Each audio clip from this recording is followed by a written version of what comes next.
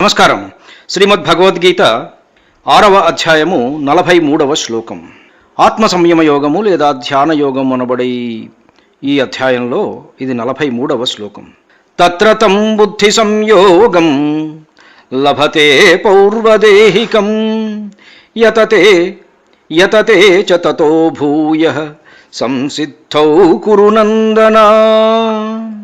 కురునందన, ఓ అర్జున, తత్ర అచ్చట, పౌర్వదేహికం అంటే పూర్వదేహమున సాధించిన, తం బుద్ధి సంయోగం ఆ బుద్ధి యోగమును అనగా సమత్వబుద్ధి రూపయోగ సంస్కారములను లభతే అనాయాసముగా అతడు పొందును.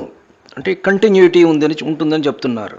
చ మరియు తతః దాని ప్రభావమున సంసిద్ధౌ పరమాత్మ ప్రాప్తికై భూయః యతతే మునపటి కంటే ఎక్కువగా మరల ప్రయత్నించును. ఇది మనకు ఆలోచించండి, చైల్డ్ ప్రాడిగీస్ అని చూస్తున్నాం మనం. పుట్టగానే చాలా ఇదిగా ఉంటారు. గత జన్మ సంస్కారాలే ఇవన్నీ. పరమాత్మ అదే చెప్తున్నారు. అచట యోగి కుటుంబమున పుట్టిన పిదప పూర్వదేహమున సాధించిన బుద్ధి సంయోగమును అనగా సమబుద్ధి రూప యోగ సంస్కారములను అతడు సులభముగానే పొందును. ఓ కురునందన, ఆ బుద్ధి సంయోగ ప్రభావమున అతడు మరల పరమాత్మ ప్రాప్తి సిద్ధించుటకై మునపటి కంటెనూ అధికముగా సాధన చేయును. ఈ 43వ శ్లోకంలో ఎంత చక్కగా చెప్తున్నారో చూడండి. 42లో చెప్పబడిన యోగుల కులంలో జన్మించిన సాధకుడికి అక్కడ ఎలాంటి స్థితి లభిస్తుందో వివరించింది ఆ శ్లోకం.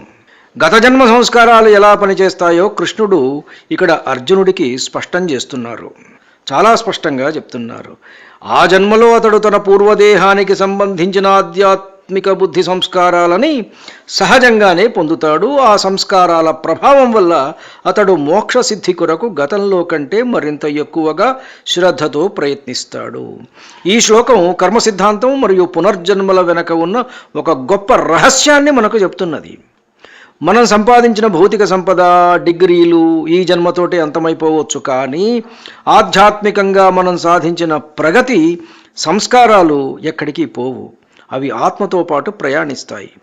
యోగభ్రష్టుడైనటువంటి సాధకుడు ఉత్తమమైన యోగకులంలో జన్మించగానే గత జన్మలో అతను ఎక్కడైతే తన సాధనను ఆపివేశాడో సరిగ్గా అక్కడి నుంచి అతని బుద్ధి మళ్ళీ పనిచేయడం ప్రారంభిస్తుంది. పసిప్రాయంలోనే అతనికి భగవత్ తత్వం పట్ల సహజమైన ఆకర్షణ, అవగాహన ఏర్పడతాయి.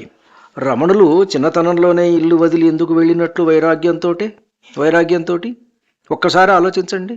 ఈ శ్లోకం చదువుతుంటే మనకు రమణ మహర్షి జ్ఞాపకం రావడం లేదు. బాల్యం నుంచే ఎవరూ నేర్పకుండానే ధ్యానము, భక్తి, జ్ఞాన మార్గాల వైపు మొగ్గు చూపుతారు.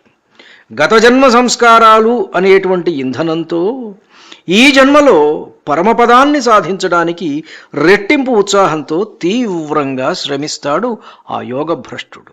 అంటే పూర్వజన్మలో యోగం సాధించలేనివాడు. ధన్యుణ్ణి. నమస్కారం. మీ ఊటుకూరు జానకి రామారావు.